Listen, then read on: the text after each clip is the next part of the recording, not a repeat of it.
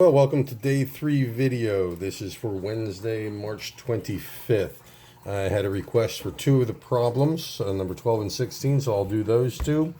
And I can tell you the first trick or thing you want to try, change everything to sine and cosine.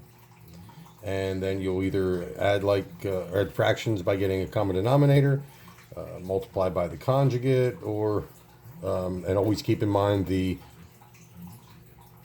three Pythagorean identities. So I'm going to look at the left side here, tangent of theta, cotangent of theta. Well, the tangent is the sine of theta over the cosine of theta, plus the cotangent, which is going to be the cosine theta over the sine of theta. Going to get a common denominator here, so the first guy is going to be multiplied by the sine over the sine of theta, of course. So that gives me sine squared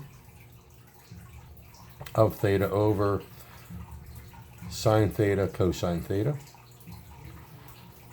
plus we're going to multiply this one by the cosine theta over cosine theta. So it's going to give me a cosine squared theta over the common denominator sine theta cosine theta.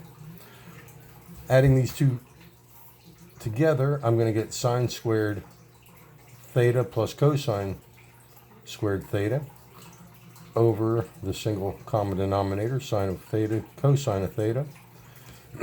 And of course, your Pythagorean identity, sine squared theta plus cosine squared theta, is equal to 1.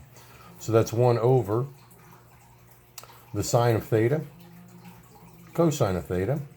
But we know if we do the reciprocal of the sine, that's going to give us the cosecant, and the reciprocal of the cosine is the secant. So I'm going to reverse it, write the secant of theta times the cosecant of theta, and we are where we want to be. Okay, over here, this one's actually quite easy. It's just you're not used to doing these. The identities. We've got the sine squared theta plus cosine squared of theta equals 1. I tan for a second. That's the way I remember it. And the other one is I caught a cosecant.